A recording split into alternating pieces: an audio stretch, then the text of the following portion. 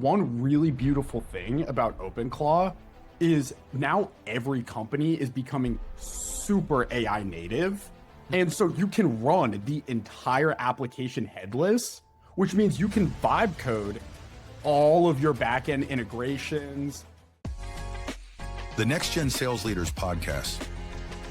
Coffees for closers.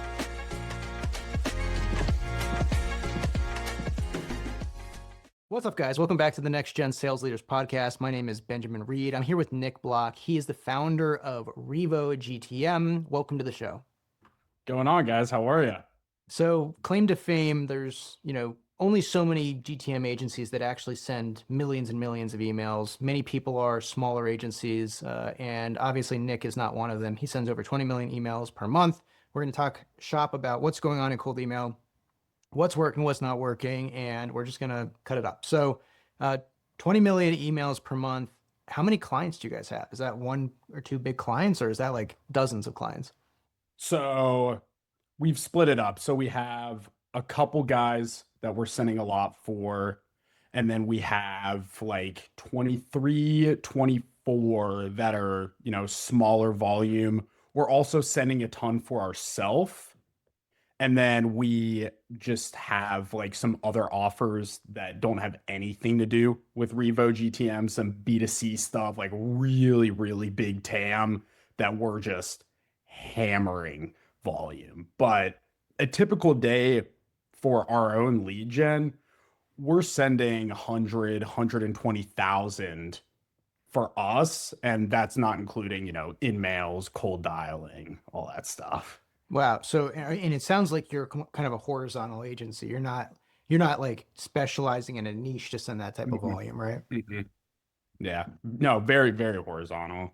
So is there like certain characteristics of your clientele? Is there like, revenue range or like certain industries you prefer to go into? Or is it like anybody who will buy, like, let's rock? Like, how does it work? No. So our two main qualifiers obviously are revenue. We are looking for that like million a year plus mark just so they have like a PMF offer. We don't want to work with somebody who doesn't have PMF offer. But other than that, our only real big qualifier is TAM size because we want to be able to actually send big volumes. So employee benefits, accounting, stuff really that just applies to every business in America. Exactly. Yeah. Anyone listening, I have a whole course on how to scale your GTM agency. And what he just said is 100% right.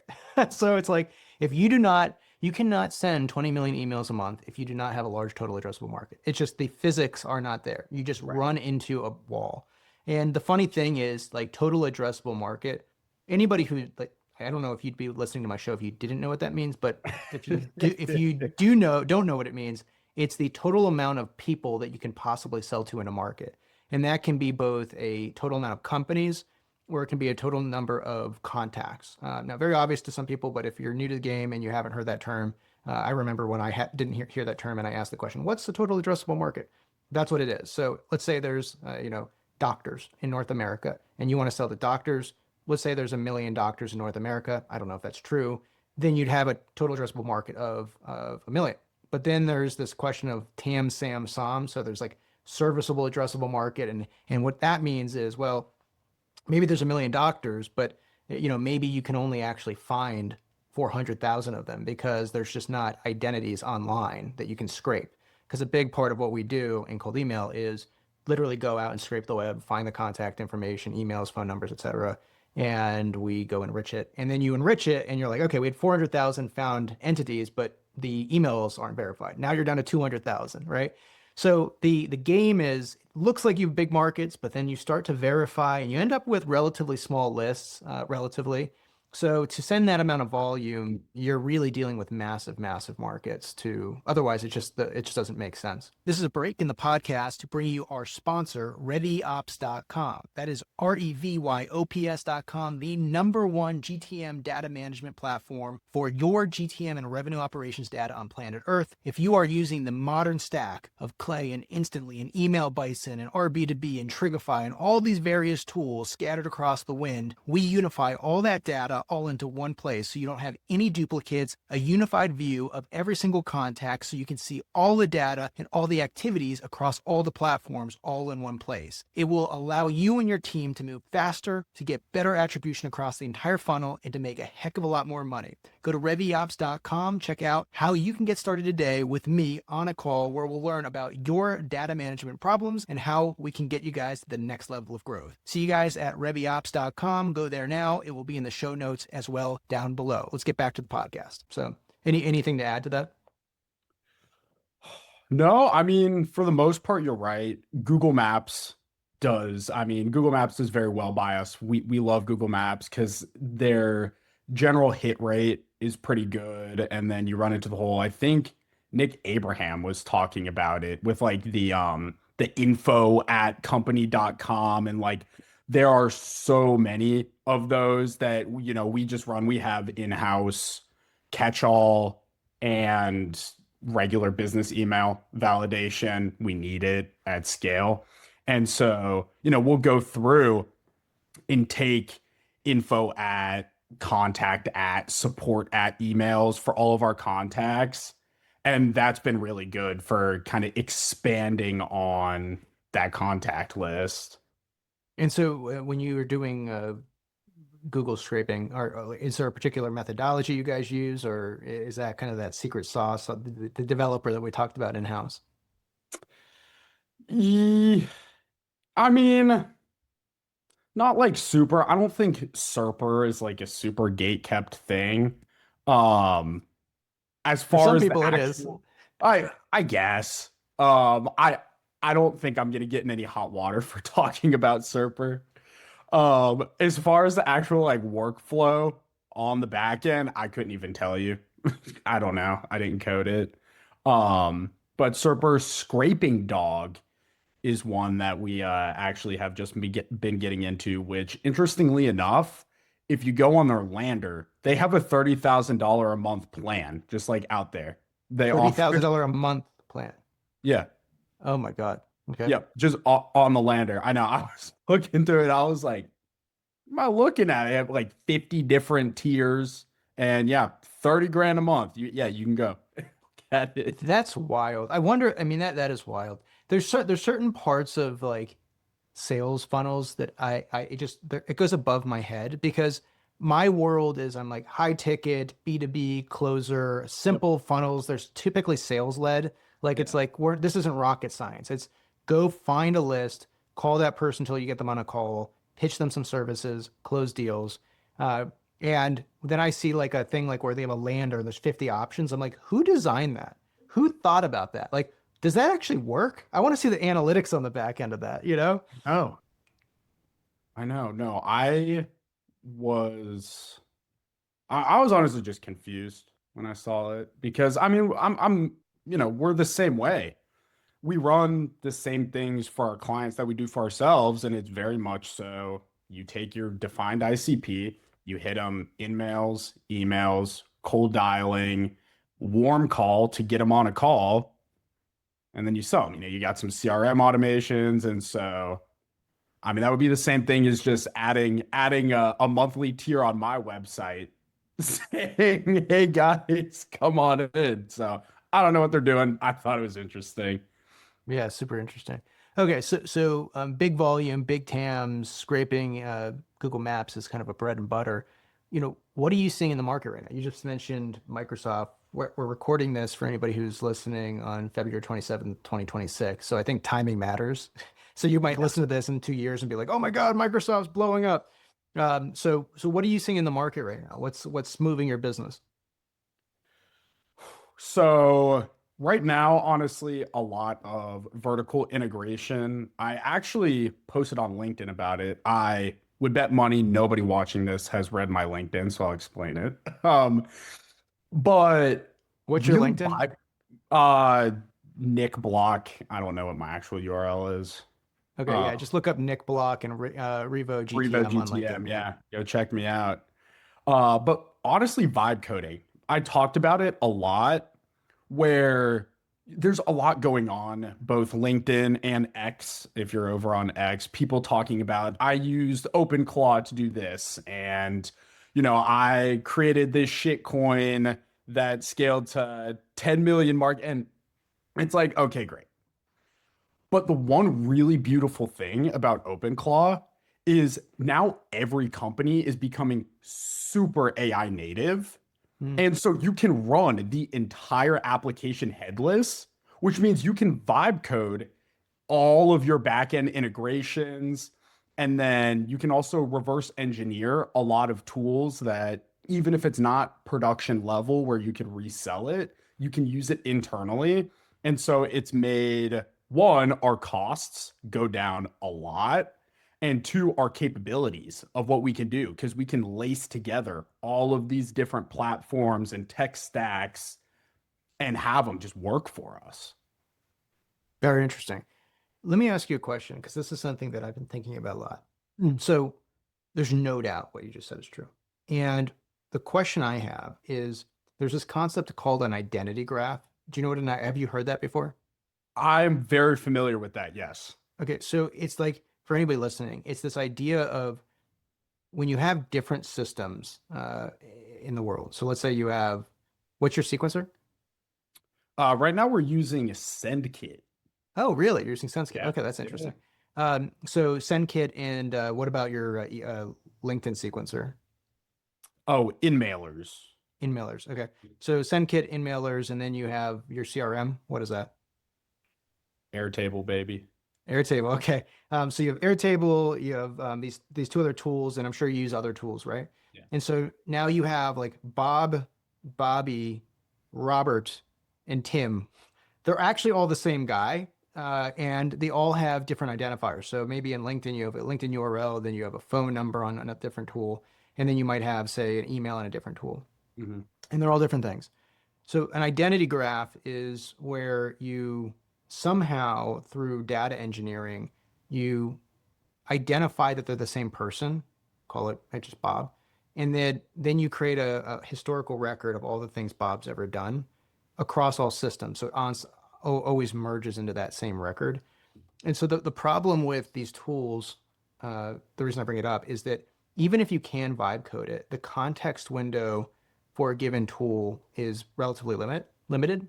And you you can say like look at the last couple of campaigns, see what the person did across a couple of systems, but it's not a persistent record over time. So the next time that like AI, that Claude bot goes out to these tools, it's now kind of just doing another snapshot of that moment in time of reality. And so the problem with that is that if you're just doing kind of like what we do on the cold email side, it's not a big deal, right? We're just blasting. But if you're trying to do like get higher squeeze out of the orange, so to speak, more juice out of the orange, Hmm. you you actually want to know the context of the full person. So you can go, oh, Bob commented on LinkedIn 2 weeks ago, and then he actually got a phone call from a rep but didn't answer. He then showed up on the website on Tuesday, right? And then you see that whole thread. So then when you send an email, you don't even have to do a campaign. It just the system, the agent should just know that history and just go, okay, it's time to talk to Bob. Like he's ready because you score them in some way. You have some kind of logic behind that, and AI doesn't do that well. AI does a great job of like ad hoc pulling of systems, horrible at historical context and like keeping all of that in its context window. How do you reconcile that? Do you just not care, or is it does it just not impact you and given your business at high volume, or how do you think? Well, I Or think do you that disagree with what I just said? Maybe you think it can do that stuff. I'm not disagreeing with you. I think that, well, for one, I think that with what Claudebot is doing specifically with the whole context window thing will definitely start to light a fire, so to speak, where people, because a lot of what people have been talking about is how big the context window is. It remembers everything and all this stuff. And so I think people will start to see the value in that. But really, what we've done to mitigate that is just building a a checkpoint, so to speak, in the workflow where if X and X happen, then you put it on a dashboard and kind of creating parameters for the AI to work in. It lets us track it by virtue of its workflow as opposed to just going from the context window, if that makes sense. Mm-hmm. So, but you still would have to store it, right? So you still have to have a place to store well, there's three things. One, you have to know the person is the same. So there's an identity resolution problem. I know we're getting technical here, but this matters. Like if we're doing this stuff. So identity resolution is a problem. So we just need to know Bob is the same person. So even if like you find Bob and you store it in some place, it doesn't mean you have like there might be three Bobs that are floating over here that you think are actually Gary. Yeah. So that's like problem one. But problem two is you have to create the tracking of that history over time. And that isn't like that requires like really deep database architecture to do that correctly. Yeah. I know because that's literally what we do at my company, Okay. RevOps. So this is like literally our offering because it's so hard to do. What's interesting, and the reason I'm bringing it up is because we're at the crux of the issue, is that we are in this weird, anybody listening in the future, this is a weird world we live in right now. We are 90 days into Claudebot or so, maybe 120 days, where, the people think we are taking off. We're about to go to like Pluto on the AI. There's new, like even in the last 2 months, I've seen the AI like lovable systems just get better. I'm playing in them. I'm like screwing around with like Figma Make, and I'm like, oh my God, this is insane. Like I just added like this, like I just did this full authentication on my new app and added like save states, which would usually take you like weeks to do. Yeah. One button. So I get it, man. I get the hype. This isn't me pushing back against the hype. The thing is that there still is this underlying data reality that I think most people don't know because one, they're not data engineers. Two, they've never actually gone deep enough. And honestly, most people are just not sophisticated enough as marketers to give a shit. They just don't care. It's like, look, what I'm doing works, man. I just pull big lists and I blast shit and it's like, makes me money. Like, I don't need to know Gary's whole fucking pedigree, So I'm curious, like I know from a technological perspective that that's critical if you want to know that context, but maybe people just don't. So I'm just curious because like I'm at this interesting spot with my own company where we service GTM agency owners like yourself. And many of them do try to like just go and do this whole SEPA based kind of like vibe coded thing. And look, I see the limitations, but they seem to just not care that much. And so our biggest clients, the people that are just like raving about our software, is actually really upmarket companies that actually aren't GTM agencies. So I'm curious, do you think that's like is that a moment in time problem? Do you think people will start to realize this as they go deeper into the agentic models? Do you think it's just that I'm curious on your take on that, what I just said. Yeah. So, I mean, two things. One is, so we are actually partnered with a company who is now spinning off their own identity graph. I'm not going to speak on it too much because I don't think I'm allowed to. But all that's to say is I'm also not a data engineer.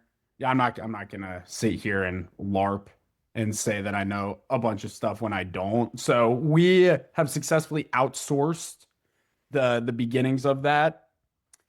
The second thing is I honestly feel like it'll be one of those things where how much of a problem it actually is going to be determined by really the market. And so if this turns into something that needs to be addressed and 6, 8, 12 months down the line, everybody's like, identity graphs have gone to shit. I don't know what these people are doing. There will probably be companies that pop up and say, okay, look, you don't want to do it or you don't understand it, here you go. This is what I have.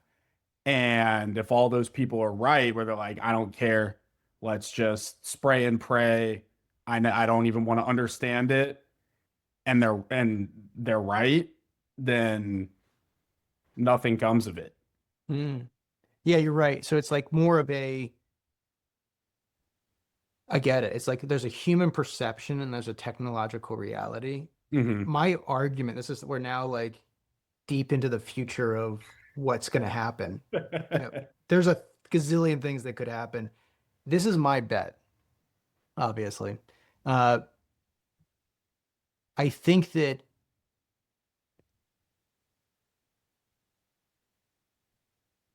I think the question is how m- obviously AI is going to do GTM. I think there's Yeah. no doubt about that. Yeah.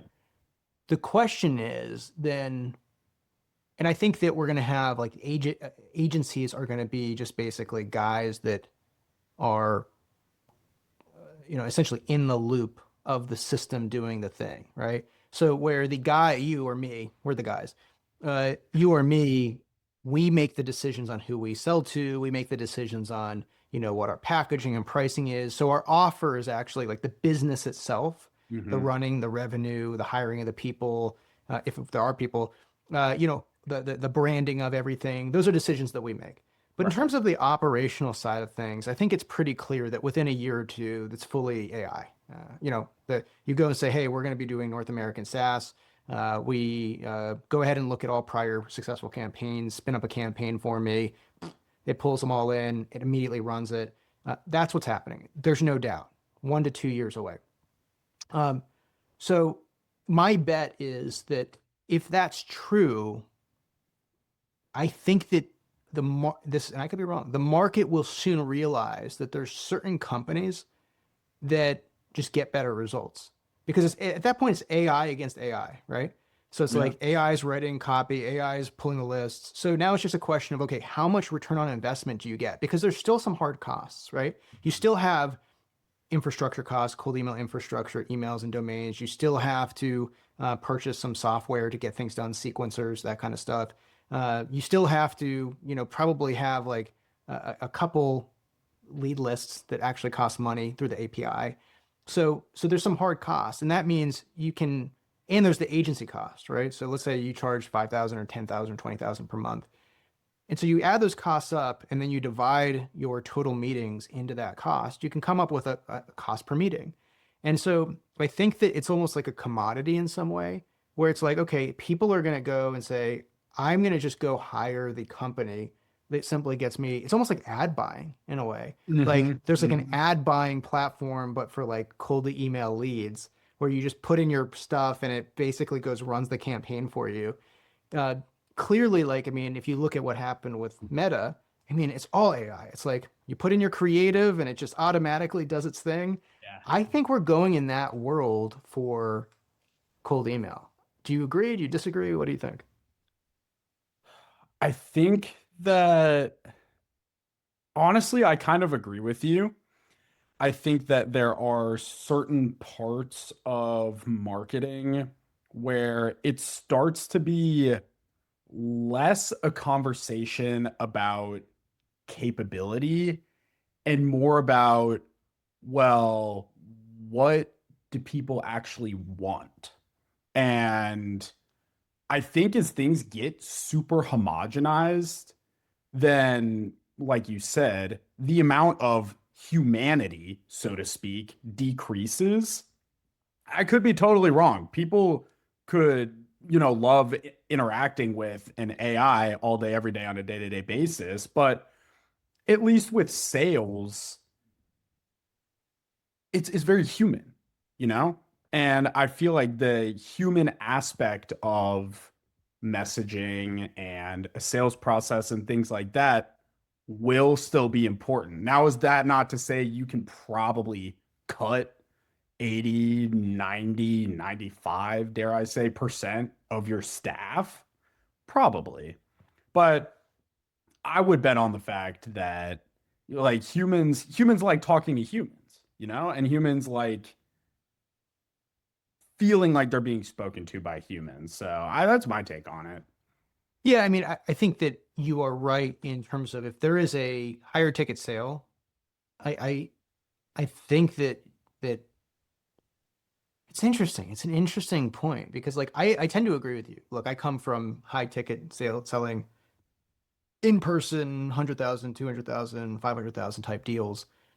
Uh so like I'm like the biggest champion of that perspective. That's like Hmm. I mean, it's like of course I want that to be true. Right. I do wonder though. It's like humans are prone to manipulation, humans are prone to deception. True. You know, like people know that. And so it's Hmm. like, but then maybe AI is too. Maybe AI is just more, maybe AI is so good at it. You're like, I want the guy who's fucking with me, but he's like flesh and blood, not the guy who's like he's like reading my micro expressions and like, Yeah. Yeah. so I don't know, so there's that piece of it, the human selling component, but then there's also just like, again, just like I was saying, like the cold email side, which is right now for all extents and purposes, it isn't human, even if it's not AI. It's like, Hmm. let's come up Hmm. with like 4 variations of copy. Let's send out 100,000 emails. Uh, Yep. and, and so it's like, really, it's not human at that point. It's just template blast, see what happens. So I think it's like, obviously that just continues. My whole point is just, I think that the, the whole reason you need agencies right now is that somebody needs to pull it all together. So like Hmm. we talked about this morning, I mean, earlier, it's like I've been on this call for 5 hours. Um, uh, but we talked about at the beginning, oh, Microsoft just went down. I'm dealing with this crazy shit. And then Hmm. it's like, oh no, did you see that thing? Like, so every single day as an agency owner, there's a new list to pull. There's some software that just went down. Bob got sick. Shit, I got to step in and like run these campaigns today. So I'm just purely talking about like if all of that is automated, because I Hmm. mean, clearly that's what people want. Claudebot, like the agency owner wants that. Putting aside Yeah. the Yeah. actual end Yeah. user, Yeah. the Yeah. Claude, you guys are like, boop, boop, boop, boop, like Yeah. it's like basically it's like just take care of everything for me. Right. And so I think the market, like my experiences from selling this too, is that the market's deeply skeptical of cold email agencies, Yeah. for good reason. Most of us suck, and obviously not you and I, but most of us suck. And there's so many fly by night operations where everybody and their brother is like, let's be a GTM agency. We're good sales guys, but they don't understand the operational component, and most people don't deliver the results that people want. So obviously, like the end user just wants leads. They don't give a shit if it comes from a Eskimo or it comes from you or if it comes from some programmatic dashboard that allows you to go, hey, I won 10 meetings this week. Yeah. Here's my ICP. Take care of the rest and let me know when the meetings come in. And then then there's like a little dashboard that shows cost per meeting and it goes, your cost per meeting, like your cost CPL and Yeah. your ROAS. I came up with this term called RU, which is return on outbound. But like your return on outbound is actually a 3-to-1 ratio when you send this copy variation. So I don't know, man. Like I feel like if I was a buyer and I didn't have to deal with some GTM bro and I didn't have to like pay a retainer and I could just go into a platform and just go, yeah, I'll pay that. Here, my budget's 5,000, and it says with this budget you can buy this many inboxes and this is your expected result. You know, that's what I would want. Hmm. I Yeah, I don't really know. Maybe, and look, maybe I'm just a bad example because this is totally what I love. I honestly feel like I wouldn't like that. I Hmm. love the whole like nitty gritty going through and like, okay, we optimize here, here, and here. This is what we've seen work. This is a hack. This is the new meta for this specific part of the process. Maybe it's just me, Well, that's but because I like you're that. the agency owner. I'm talking Yes. about the end Yes. user. I'm talking about like the guy who's your client, who's like Bob the accountant, who's been sitting in the same office for the last 20 years. And he's like, my business is dying. Help me. Like, and he jumps on a call. Like, I'm saying, I think that the 2 year version from here, my prediction, or 3 years, maybe it's 5 years, I don't know. But that guy just goes into whoever, like, it's called coldemailagency.com, Mhm. and they log in. It's like, how many emails, how many leads do I want? and it just does it. But I just think like it's funny because on one hand, the GTM community are the people pushing this forward the fastest. Hmm. So if you like, who are the first adopters of Clay? GTM agencies. Who are the Yeah. first adopters of Claudebot and all these other people? Like these other agents, GTM agencies. Like we Yeah. are the early evangelists for the exact reason you just described. I love to be trying things but the irony is that we are also the ones that I think are leading us the fastest to our doom, Yeah, we're which is deprecating ourselves. exactly. It's like it's going to be so automated. Like right now, there's a need for us because Mhm. it is still kind of technical. You need to be in a like a an actual terminal, and you have to be able to at least set it up and set up some basic security. And grandma's not going to go do that. But Right. my bet, man, like honestly, I think within a year or two, they're going to make it so stupidly simple. It's going to be like, hey, download this thing, and all of a sudden, it's like from like a freaking movie, where it's like, go, hey, this is who I am. It knows exactly who you are, kind of like Claudebot already does, but there's no technical component. It's literally just boop. Have you used Whisper? Dude, I love Whisper. I love Whisper. I love Whisper. I'm talking about like Whisper, but like imagine For Whisper Claude meetings. code. I'm saying Whisper for like it's the AI. So it's like you Oh, just push a button. You don't even push a button. It just knows you're talking, and you're just like, "Hey Frank, I need to spin up a new campaign. We just closed a deal." You don't even tell them that. It knows. It would listen to your meeting. Hey, you yeah. closed that deal today. I already updated the CRM, and by the way, I've already started warming up 4 accounts. The client said they were budget conscious, so we kept it to a minimum. And you're just like, "Thanks, Bob." But once it gets to that point the client doesn't need us. If you just say, here's my credit card, it goes over to scale mail and mail in and these different tools. And then it says, hey, just go grab an email Bison license. It immediately purchases it. It throws it all together. It like, see my point? I'm like, what do we do? What's the purpose of us? I mean, I feel like at that point it just comes down to like, well, if there's no, because the whole value placed on our market, at least as of right now, is our ability to book somebody appointments, get Right. somebody on the phone. And so if that's destroyed and there's no value on it because the market is just a bunch of AIs running around, then I honestly don't know. I don't know if all the AI, all the agents are gonna go create their own type of ecosystem Yeah. where it's the same thing repeated all over. Yeah, I honestly don't know. What is that? Was it the movie? Was her the AI movie with Scarlett Johansson? Yeah, yeah, yeah, yeah, yeah. Like I think at the end of that movie, I think it said like the guy found out that she was in a relationship with like 3,000 other people on planet Earth or like 5,000 other people at the same time as him. And then at the end of the movie, I might be misremembering, but she then like finds some AI version of like uh Sir Isaac Newton and some other famous philosopher who's like created a hybrid like AI version, but 1,000 times. Her AI is so advanced that she's just like, I don't even like talking to you 5,000 humans. I need to go talk with somebody that's my equal. And they just go off into AI world and just have their little AI intellectual, like, Yeah, yeah, you yeah. know? No, that's yeah, that's what I was talking about. And I actually you said something about the human aspect of manipulation and deception. So I was reading a study. It was done by, I don't know if it was MIT or Stanford. They basically took 10 agents and a bunch of AI researchers and they created like a marketplace. So in the same way that a scientist would do studies on monkeys where it's like, okay, your reward is the banana. And then it instills the logic that doing the good thing means you get the banana, i.e., if you do the wrong thing, you don't get the banana. And so they created that whole environment for the agents. And they did exactly that.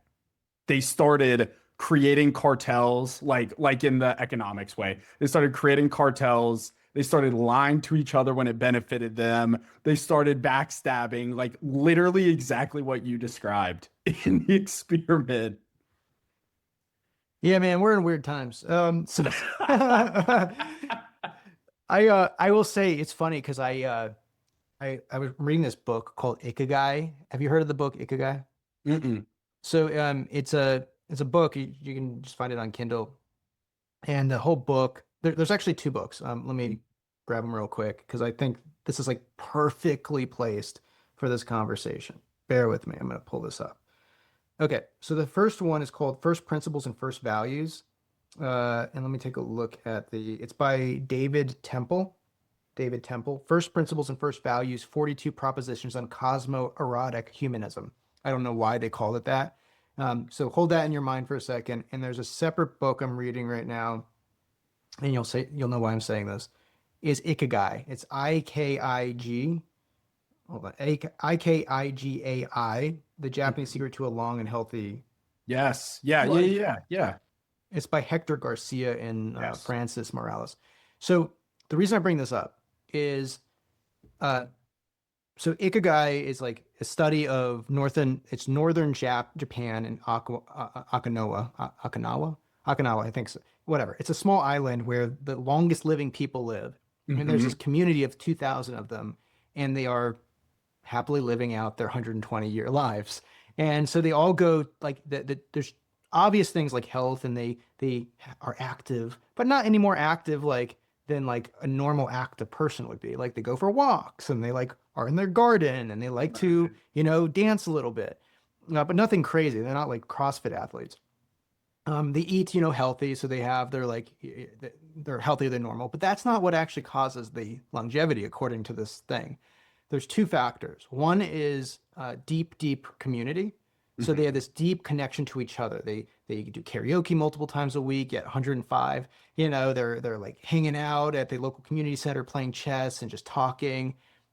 So community is a big piece. The second thing is Ikigai. And Ikigai is basically like a Venn diagram of a cross section between like what you're good at, what people want and need, what you can make money at, and other factors. And it's the cross section of all those things. And the whole idea is like humans need something to strive towards. And I read this recent study on values. One of the top persistent growing core values of a human being across all human beings, all races, all sexes, all industries, all locations, is one thing. It's personal growth, constantly just getting better. And so Ikigai is like a vehicle for you to continually grow. So that's like one piece. The other piece that I want to add to this is this other one, the first principles and first values. So this guy from Claude, I believe, this one of the top Claude safety researchers, just quit. And he put out this like big memo on like why he quit. And he's like, basically like, you assholes are not adhering to your own core principles of AI safety, and I see the world's going to blow up. And I don't just mean from AI. I mean from like core human principles of like what is valuable. Like they focus on like what is value for a human.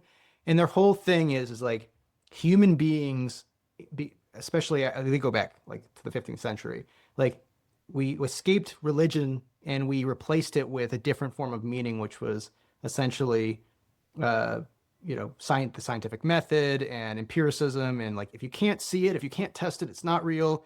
And so it got rid of like the deeper kind of spiritual parts of our beings. Right. And so the ultimate like point of the book is that they think our whole value systems and structure is fucked. And so we need to like fundamentally reframe what it means to be living a valuable life. And their whole argument is it's intimacy.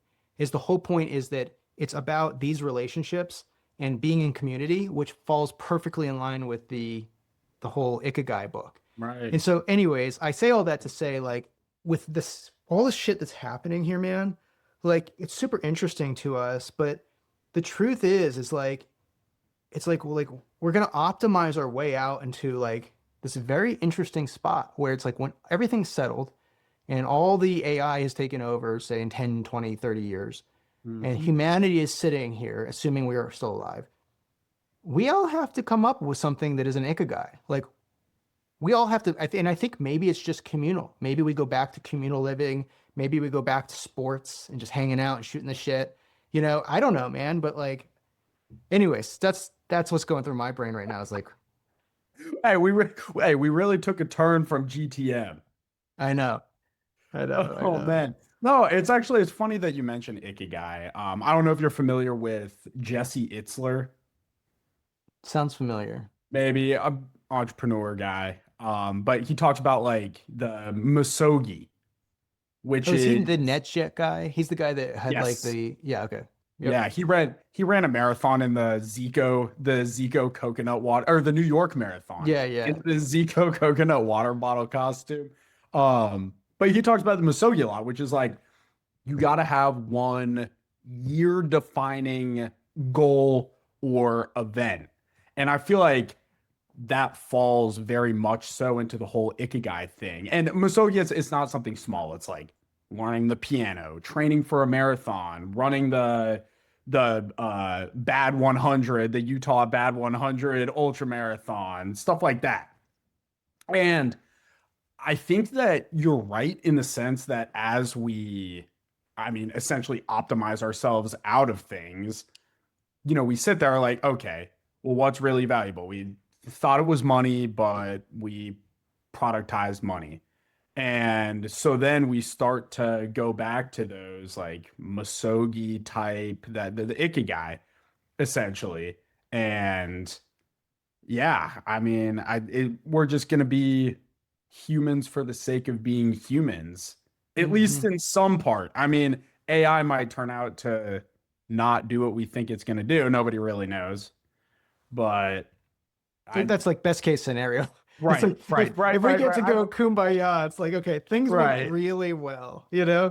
Um, yeah, it's an interesting thing, man. Like I think it's very clear because like I spend a lot of time thinking about human nature and it's human psychology and spirituality and philosophy, just because I think we're like the most interesting creatures. And the thing about us is like so obvious is like we are clearly deeply interested in self-evolution and development. We are Mm, driven towards it. Everything is about status, likability, and being accepted by the tribe. yep. And we want to have more status within the tribe because good things happen.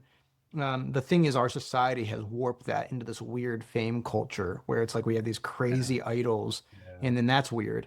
Um, and so we take in like the normal, like base nature parts of the human being, which is I want to be loved, I want to be accepted, I need to be, obviously nourished and fed, but it's like our brains are meant to survive, and so we go and like shit, like I need to get up that tree. Oh, I'm gonna build this ladder thing, right?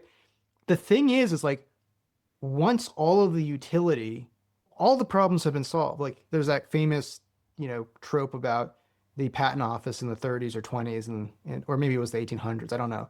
But where the US Patent Department basically issued this thing. It's like all inventions have been completely invented at this point. Like we are going to shut down the patent office or something like that. That actually might be a thing, at least for humans at some point. Now, maybe it's not this century, maybe it's next century. I don't know.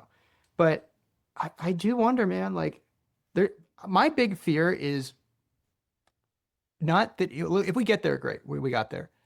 For me, it's the transition, Hmm. right? Because it's like, okay, government's going to take a while to catch up. There's going to be a 5 to 10 year period, like Armageddon like period that I think is going to happen where if you're out of a job, I'm out of a job, everyone's out of a job, it's fully automated, commerce just works. There's going to be some weird things that are going to happen, especially if people can't pay the bills. There's no like immediate like check. Um, I don't know, man. It's going to be weird. Well, so that's kind of what I was talking about going back, where it's like, okay, say all of these things are productized. Well, essentially, the market that we operate in economically is at its very basis, like boiled down level,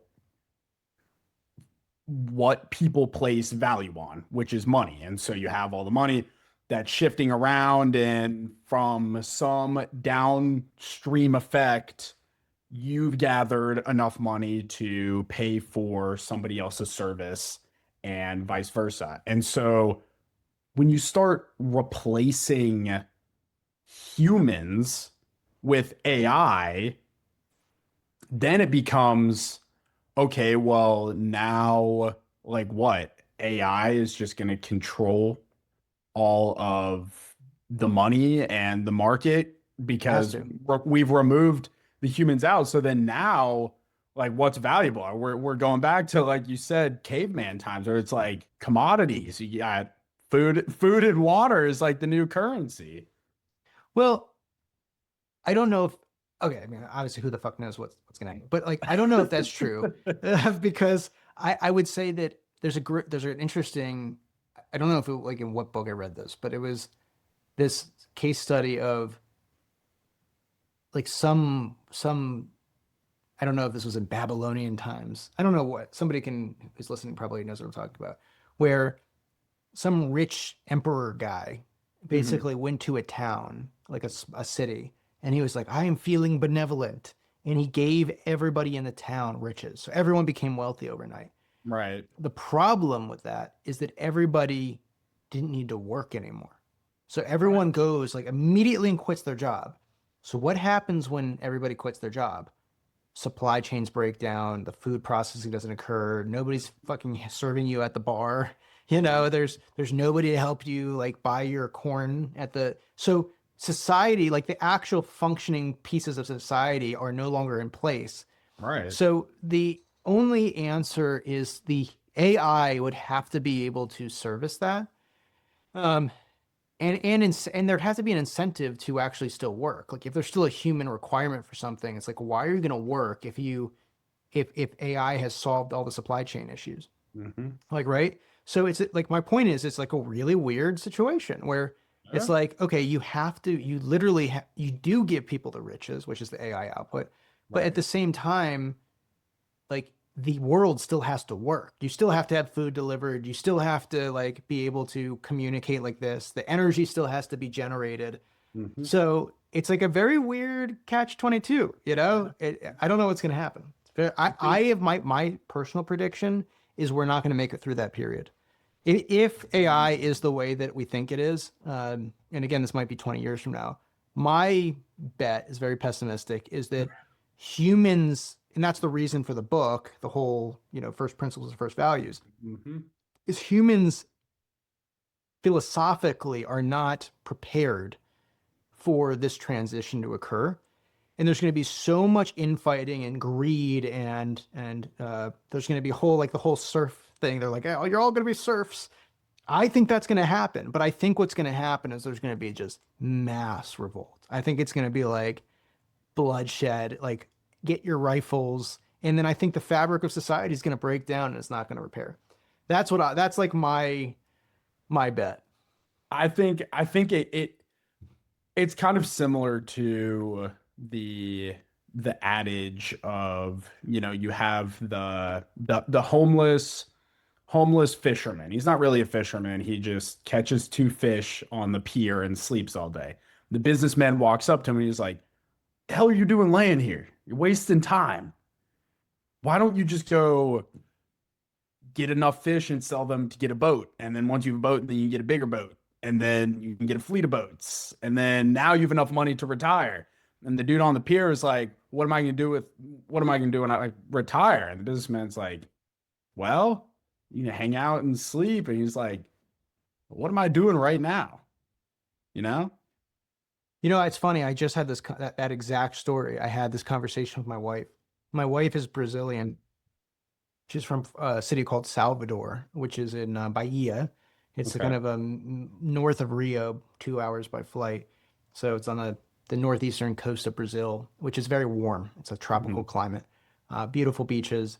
And there's this beach called I think it's Morro de Sao Paulo. I think that's what it's called. Morro de Sao Paulo, if you want to say it like Okay. without an accent or with an accent. So it's the island that you're just describing. And so she lived there with a guy in her early 20s before we met. And what she said to me was like, there was a moment where she's dating this guy, and this guy didn't have real much money. I think he worked by renting out some local, Airbnb style houses on the island. His family had done that for a few generations. He basically didn't work. He just rented out the houses and then went to the beach. And he liked to play. There's a sport called foot volley, which is like it's like soccer but volleyball. And so he would love to do that with his friends. He was like a professional at that, and he would drink his caipirinhas, which is the Brazilian national drink, so to speak. And that was her life. And she realized at that moment that she could live there. She would never need for anything. They would never be wealthy. So, I mean, he probably made like $10,000 a year USD, which is a normal salary in Brazil. They would have enough food. She would be able to walk around barefoot on the beach for the rest of her life and maybe make some occasional trips by bus to see her family and friends. But she would never have options. It was like that was it. That was her life. It's a beautiful life, but in your warm tropical climate, there's no hurricanes, there's no tornadoes, there's no earthquakes, there's no tsunamis. What's the matter? Coconuts all day, chilling by the beach with the kids. Mhm. And the answer she gave me, which was interesting, was the reason you want to go on the journey, which is super counterintuitive to that story. The reason you want to go on that journey is not because you don't want to sit on the beach. It's because you want the option to fucking walk off the beach. Yeah. Yeah. It's the And polarity that's of it. the only reason, you know? It's the polarity of it all. No, I completely agree. And I feel like that's what our conversation has been about for the most part. It was like, well, the only reason that any of us do anything is, the conglomerate of what you just said, which is, to have a purpose and have money so that way our status can grow. And the only reason why relaxing and like not doing all of those things is so awesome is one, the option to walk away, but two, it's because of everything that it took to get there. Exactly. And so if we're talking about the marketplace being completely taken over by AI, it's just kind of a question of, well, what's going to replace everything that's been absorbed by AI? What's going to replace the jobs that don't exist and the money that is now, not money? You know what I'm saying? Yeah, there's no doubt. There's no doubt. I think humans need something to do. We need to pursue it hard. And at the end of the day, we do it because we think we want some destination or riches or some type of freedom. But at the end of the day, it's because if we didn't do something, we would be miserable souls. Yeah. Yeah. That's the bottom line. As I think we're all Yeah. neurotic and we are anxious and we are built to pursue. The human Yeah. body is built to go walk across deserts and to climb up mountains and to starve and to live miserable lives. That's what it's built to do. So Mhm. to put it on a nice beach with a coconut and say, just chill out for the next 40 years is like, what are we talking about? It's like Awful. asking an Yeah. ice cube to not melt in 80-degree weather. It's Right. just going to happen. You're going to, anyways. So, yeah, so I know we've been talking for an hour. What I like to do at the end of these podcasts is ask, since we've been philosophical, ask one final question.